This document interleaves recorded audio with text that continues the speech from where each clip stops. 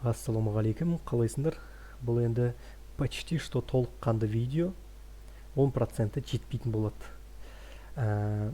Бұл видеоны көріп болғаннан кейін сіздер не түсінесіздер? Бірінші түсінетіндерің ол қалай ақшаны шығару керек, токенді қалай шығарамыз. Екіншісі, күніне қанша ақша табамыз. Үшіншісі, монетаның бағасы қанша болады. Төртіншісі, 5 миллион, 7 миллион теңгені бір күнде қалай табуға болады, и оны күніге қалай табуға болады. Соның бәрін үйретем, короче. Фантастика сияқты болып жатқан шығар сендерге, бірақ сондай болып тұр шындық. Жалпы былай. Мынау Seedgo дегеннің сайты. Мынау основной монета Seed деген токен, одан кейін Slof деген монета. Екі монета болады. Мынау NFT тау. NFT бұл пассивно мынаны тауып тұрады, и және Slof-ты. Мынау біздің монстрымыз, который құстарымыз.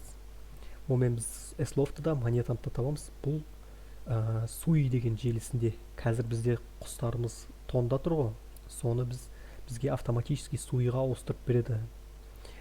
Көп монета Seed болатын болса, оны стейкингке қойып қойсаң, сен Loft-ты да и Sui деген монетаны да пассивно тауып отырасың стейкингтан.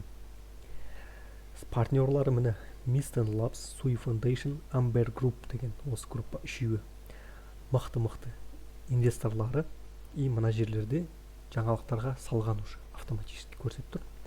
Так, енді мынандай ақшаны қалай табамыз, мына жерді қарап жеріңіздер. Мына көріп тұрсыздар ғой, өйтпей қойайын. Осы жерді көрсетейік. Так, былай белгілейші. Қараңыздар. Stepn мен и Seedgo екеуі почти что бірдей. Мына кнопканы көріп тұрсыңдар ғой. Мен алдымда былай копия қылып қойдым. Негізі ол жерде де осындай кнопка бар. Суретін таппадым да. Бұл жерде неше түрлі тактикалар бар жалпы. Бірінші, мынау біздің Slof деген монетамыз сияқты болады. Мынау Seed деген монета, мынау Sui деген орнына саланы. Дәл осылай бізде мына жақта да тұратын болады. Міне. Примерно осы жерде тұрады. Осындай болады. Енді қараңыздар, мына жерде Slof деген монета ғой. Оны табу үшін бізде мынаны качать ету керек болады. Мынаны табу үшін мынаны качать ету керек. Осыған байланысты. Мынау енді бұяқтан таппайсың енді басқаша. Қараңыздар, мынау эффективность, удача. Осыған байланысты сендерге NFT түседі, тастар случайным образом. Мынау сенің құсыңның жаны. Әр охотаға барған сайын мынау 100% деп тұр ғой. Осы мынау сияқты 180 болып азаяды. Сөйтіп сен оны жөндеу керексің. Жөндемесең табысың азайып қалады. Оны жөндеу үшін мына Slof деген монетаны құрту керек боласыңдар. Егер мынау мықты дамыған болса, или мынау жаны аз кететін болады. Жаны аз кетеді, поэтому мынаны монетаны аз құртасың. Сонда қара, сен охотаға шыққан кезде 20 штук Slof табатын болсаң, соның сен 5 монетасын құрту керек боласың, мынаны 100 қып толтыру үшін, ремонттау үшін, қайтып жанын толтыру үшін. Ал егер мынау мықты дамыған болса, күшті болса, сен 5 емес 2 құртасың. Или болмаса 5-еуін 3 рет охотаға шыққаннан кейін 5-еу құртасың деген эконом болады. Ал мынау көп дамыған болса, мынадан көп әкеледі, 20 емес 30 әкеледі. Ал мынаны табу үшін сенің мына животныйың, Seedgo 30 уровеньға жету керек. 30 уровеньға жеткізу үшін дамытасың, мына кнопканы басасың, level up деген. Әр уровеньда, бірінші уровеньда, например, 2-ге өту үшін 2 штук Slof монета құртасың, 3-ші уровеньға 3-ші құртасың, 4-ші уровеньға 4-еу, 5-еу кете береді. И 10-ші уровеньға келген кезде 13 штук Slof, 13 штук Seed монетасын құртатын боласың, 2-еуінде. 20-ші уровеньда 20 штук Slof, 20 штук Seed. И 29-ші уровеньда 29-29-дан, 30-ші уровеньда 30-30-дан құртасың, сонымен болды. Енді мынандай тема. Мынаны көріп тұрсыңдар ғой, мынаны. Міне біздің құсымыз NFT. сеть тонда тұр қазір. Осыны бізге суйға ауыстырып береді.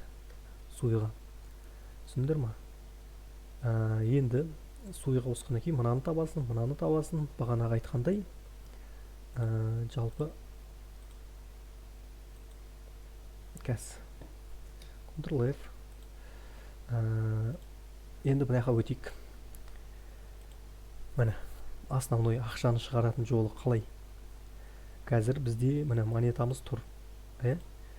Бізде екі вкладка болады. Мына жартысы ойынның ішіндегі spending деп аталады мына жер. Мына жер екінші бет wallet деп аталады. Мына монетаны шығару үшін spending деген төбеде тұру керек, астында wallet. Сөйтіп монетаны таңдап, мына spendingті басқан кезде, оппа деп мына бетке өтеді walletқа. Сөйтіп мына жерден пайда болады. Мына монеталарда, мыналарда бәрі сондай. Мынау seed moons біздің монстр құстарымыз. Мынау бокс, оның ішінен осындайлар шығады, мынандайлар. Жалпы осы жаққа лақтырасың, мына беттен не лақтырасың. Одан кейін барып мынамен, мына кнопкамен биржаға жібересің да монетаңды сата бересің. Или керісінше мынаны басасың да монетаңды мынаға лақтырасың. Ояқтан мынаға лақтырасың. Уже ойынға түсті. Одан кейін marketplace деген бар. Marketplace біздің мына құстарымыз marketplace'та сатсақ болады, и және сатып алсақ болады монеталарды құртып. Өзімізді монеталарменше сатуға да болады дегендей. Ең простой құсты енді мен бұл жерде степенмен салыстырамын. Степендағы ең простой кроссовки и біздегі ең простой құс, мен ойнаған кезде 500 мың теңге тұрды біреуі. Ең простой. Одан кейінгісі попугай сияқты жазылы 1,5 миллион тұрды.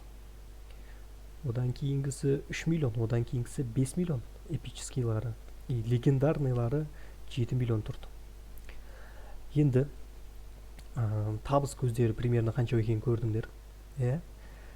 Бұл жерде ең сочный тәтті жер бар. Ол қандай? Ол дегеніміз күніне 5 миллион, 7 миллион табатын жол бар бұл жерде. Әлі сендер бұл ойынды бағаламай отырсыңдар. Ол 7 миллион теңгені күніге табасын. Ал енді анау күніне $300, $500, $100 табатын, ол көшеде қаңғып жүресінде барып талдарды іздейсің картадан. Жасыл талға барасың, или там одан мықтысы фиолетовый көк сияқты талдар бар ғой. Сол талдарға бару керек, мықты талдарды іздейсің. Охотаға шығасың, сол жерден ақша монетаны алып, $100, $300 күніге шығарасың, күніге. Ал енді 5 миллион, 7 миллион шығаратын жолы, оны сразу айтайын, закрытый каналға кіресің, сол жерде мен үйретем. И мен істеп қоямын, чтобы ол жерде информация шықпайтын қып. Қазір ол группа 15 мың теңгеден аттың құны емес. Кейін егер мына ойын хайп боп аты шыққан кезде, сен $100-300 тауып атқан кезде, бағасы группаның, закрытый группа қымбаттайды. Одан кейін ол жерде закрытый группада не бар дегендерге, мен ойындар түсінбей жүрмін, не ештеңке түсінбеймін дегендерге криптовалютаны үйретемін. Түк түсінбей жүргендер түсінетін болады. Одан кейін трейдингті үйретемін. Үшіншісі закрытый чат бар, ол жерде трейдинг жасап жатыр, ақылдасып жатыр. Одан кейін мына трейдинг каналы ашылған, ол жердің ішінде 30 күннің ішінде $52 мың жетуге болатын жол, тактика бар. Түсінесіңдер ма? 30 күн, соның 10 күніне жетіп қойды. Сондағысы $20 бастайсың, 10 мың теңгемен. 10 мың теңгең сенің бір айдан кейін $52 мың болады. Соның 10-шы уровеніне жетіп қойған адамдар бар уже. 10-шы уровенға жетті деген $20 қазір олардың $250 болып тұр. Түсіндіңдер ма? Әшейін қадаммен. Сол қадаммен істей берсең жетесің. Сондай тактика бәрін үйретіп қойған. Так что ол жерде ақшамды ақтайын ба дегендер өздеріне байланысты. Ол жерде менің 10 жылдық криптодағы опытым бар ма, соны бөліскем. Қандай монетаны алып қою керек, не істеу керек деген сияқты. Сендер ол жерде құр қалмайсыңдар, өкінбейсіңдер. Крем дегендер қазір 15 мыңға кіріп алыңдар, кейін қымбаттайды.